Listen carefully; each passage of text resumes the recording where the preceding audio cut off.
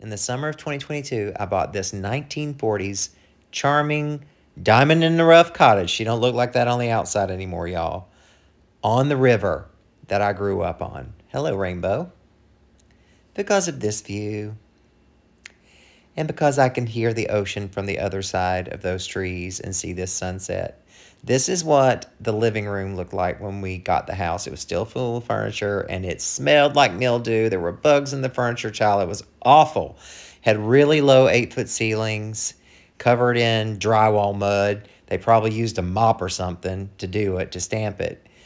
And I found out after digging a hole in the ceiling that what was under there was all of this empty attic space that wasn't being used for storage. There was no access to it. But I thought if I could tear this drywall out and vault this ceiling, it would make this tiny 1,000 square foot house live so much larger. And it really, really, really did.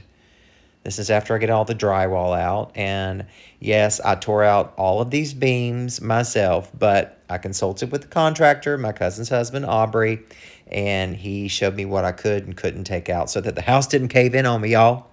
That was my pile of wood. I got a dumpster, loaded all of that myself, and child, this middle-aged back was in pain. You hear me? Pain. But hello, orange floors again. But this is with all the beams out, all the cross ties. But look at the potential, the height of the ceiling. Got that done, cleaned up. Next thing I did, I took my butt over to Benjamin Moore and I got alabaster white floor paint. They paint their stores with this breakthrough paint on the floors and it dries so fast. You don't have to use primer. It seals really hard. I swear it made the floors feel like they were even more sturdy, honestly. Even made it quieter for some reason. But, honey, there wasn't no going back after doing this. I have always, always, always wanted painted white wood floors in a beach cottage. You can see there I'd already put in a couple windows. But this is a satin finish. It's a little wet there still. But so pretty, right? Oh my gosh, I'm so excited about these floors. Then it was on to getting a new door, which I got from Lowe's. It was really affordable. Had my friend Bo install it, and there's Bo putting up more windows on the back of the house so that you can see this view of the porch and the river. I don't want to reveal too much about the kitchen yet because that was nowhere near done, but this is what she looked like in the light. Now it was time to get rid of the fogged up old French doors. And so I got yet another door from Lowe's. I believe it's Pella. And my cousin's kids and a couple of guys they work with put it in for me. And it just opened up the view even more because the frame of the door is pretty thin. But man, was it worth it. I love it so much. After tearing out the ceiling in the living room, I got really confident and decided, well, why don't I just do that on the screened-in porch as well? But I hired a crew and had them shore everything up for me really nicely, and they started installing these beautiful white pine tongue and groove boards for me, which we ended up doing on the ceiling in our living room as well. So are you ready? Are you ready for the after? I'm only showing you the living room and the side porch that leads up to the living room doors. There's that view again that I love so much. I even did an outdoor shower there to the right. I'll show you that later. But let's go in and check it out. Dun dun dun dun. Here we go. I think it turned out so beautifully. I love the pine on the ceiling. I decided to do it on those upper side walls as well, up to the peak.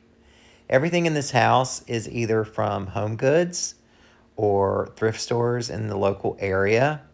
I don't like having things from box stores really that everybody else has. I like to mix old with new, and it's amazing what you can do with paint. I painted these chairs that I found for like $11 a piece at the thrift store. They are a Smoky Taupe by Benjamin Moore. Painted them really quickly. I love how they turned out. I got that printed rug from Lowe's as well, and the jute rugs from Lowe's. That gorgeous light up there that looks like Restoration Hardware is actually from Amazon, and I think it was maybe $200. The curtains are a taupe kind of linen color, and they're lined, so they're blackout. There's our porch. Oh my gosh. And I got those curtains from IKEA, actually.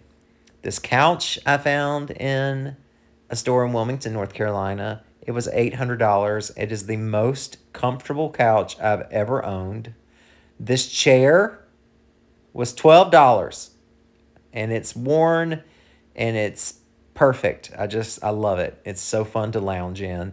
That ottoman took the legs off of because it was a little too high, but the chair sits really low, but it's so comfortable. This cute little ottoman, this oyster ottoman, came from a consignment store in Wilmington as well. I found these chairs in a store in Murrells Inlet. They were yellow with awful fabric on the seats. So I popped the seats off, painted them green, did the black and white striped fabric with the staple gun. And bam, they were done. Turned out adorable. I found this cabinet in a consignment store. It's wood and rattan. I just changed the handles on it. We needed more cabinet space because there are no cabinets in this house. We only have 2 closets in the entire house, so I needed a place to put wine glasses and serving trays, and the drawers have our games in them, which is awesome. I love this house so much. I love its soul. I love creating here. I love that I get to have my prayer time on that porch looking at the water. I've named the egrets in the cove Paul and Martha, these gray and white egrets. They're so adorable. I'm sure you'll see them in another post.